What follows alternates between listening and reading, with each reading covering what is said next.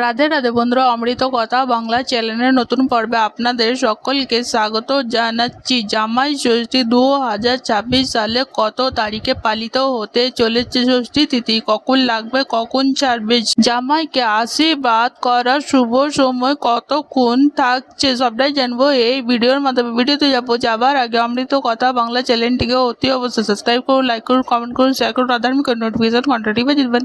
চলুন জেনে নেওয়া যাক ষষ্ঠী তিথি কখন শুরু হচ্ছে এবং কখন সমাপ্ত হচ্ছে।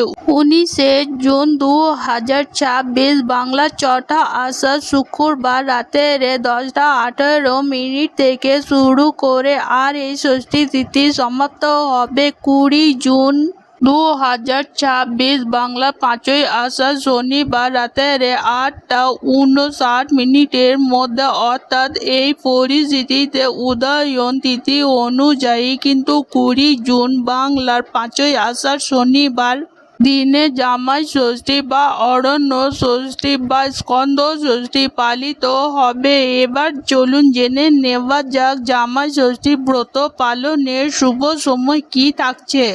এই দিনে মহেন্দ্র যোগ থাকছে সকাল 5:56 মধ্যে। এর পরবর্তীতে 9:29 থেকে 12:09 পর্যন্ত এই সময়টি অত্যন্ত শুভ। কোনো রকম বার বেলা থাকছে না। এই সময়ের মধ্যে আপনারা জামাই ষষ্ঠী ব্রত পালন করতে পারেন। এর পরবর্তীতে অমৃত যোগ থাকছে দুপুর 3:42 থেকে শুরু করে সন্ধ্যা 6:22 মধ্যে। আবার রাতের 7:04 থেকে শুরু করে রাতের 7:47 মধ্যে।